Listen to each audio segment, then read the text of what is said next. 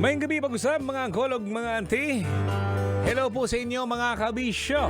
Ayan, at sa gabing ito po, pinag-usapan po natin ang tungkol sa mga crushes natin nung elementary at high school siguro, no? Magkaiba, no? Di ba? Alam na natin, nung dati siguro yung nasa elementary ka pa, isang crush ng isang kaibigan mo o kaya kaklase mo, lahat na yan, ang tawag dyan ay crush ng bayan. Pero pagdating ng high school, ang kaibahan, pag nagiging crush na sa isang kaklase mo, bawal na. Dapat isa lang. Alam niyo mga kabisyo, no? Yung pinag-usapan po natin dito ay yung senyales na ayaw sa'yo ng crush mo. Oo. Eto, yung mga nagko-comment kanina, no? Alam niyo mga kabisyo, merong mga dahilan yan kung bakit ayaw sa'yo ng crush mo. Oo, siguro yung pagiging agresibo mo. Makulit ka. Gusto niya ng silence, ikaw panay daldal. Katabi mo pa naman yung crush mo. Oo. Eto pa, kung bakit siguro hindi ka or ayaw sa'yo ng crush mo. Siguro landian ka agad. Dapat dinadaan mo pa sa pakikipagkaibigan. Di ba?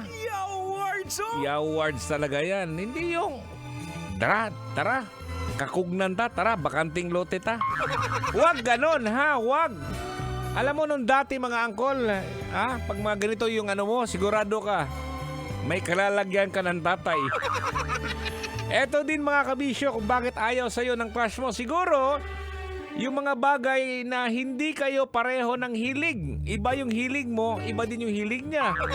Hindi ka marunong makisama.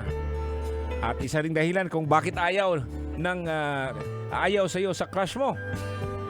Yung pagiging stalker mo. Kung saan yung crush mo, siguro andun ka nakatambay sa may library. Oo, inaabangan mo lagi. Oo, napansin ng crush mo, uy, parang may sniper lagi to. Ayaw nila ng ganon. Kaya ikaw ay ayaw sa'yo ng crush mo. Isa din, hindi lahat kasi ng mga may crush will end sa isang romantic relationship, di ba? Yun kasi iba, porket crush siya, gustong magiging jowa na. Waka kuyapi. Hindi naman ganon. Nagmamadali ka kasi kabisyo kaya nung panahon na yon, isa ka sa mga ayaw ng crush mo.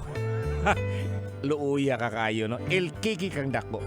Well, anyways, mga kabisyo, marami pong salamat sa iyo sa mga nakatutoy sa atin sa radyo sa 90.7 Love Radio, ang ating programang Totoy na Love. Ako po si Totoy Bato at sana'y okay pas alright kayo lagi. Ikaw, Col, na nasa biyahe ngayon.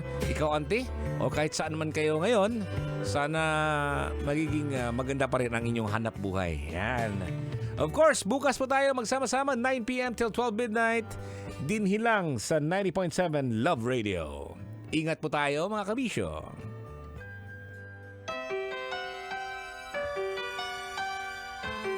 Kailangan pa bang i-memorize yan? Love Radio. Basic!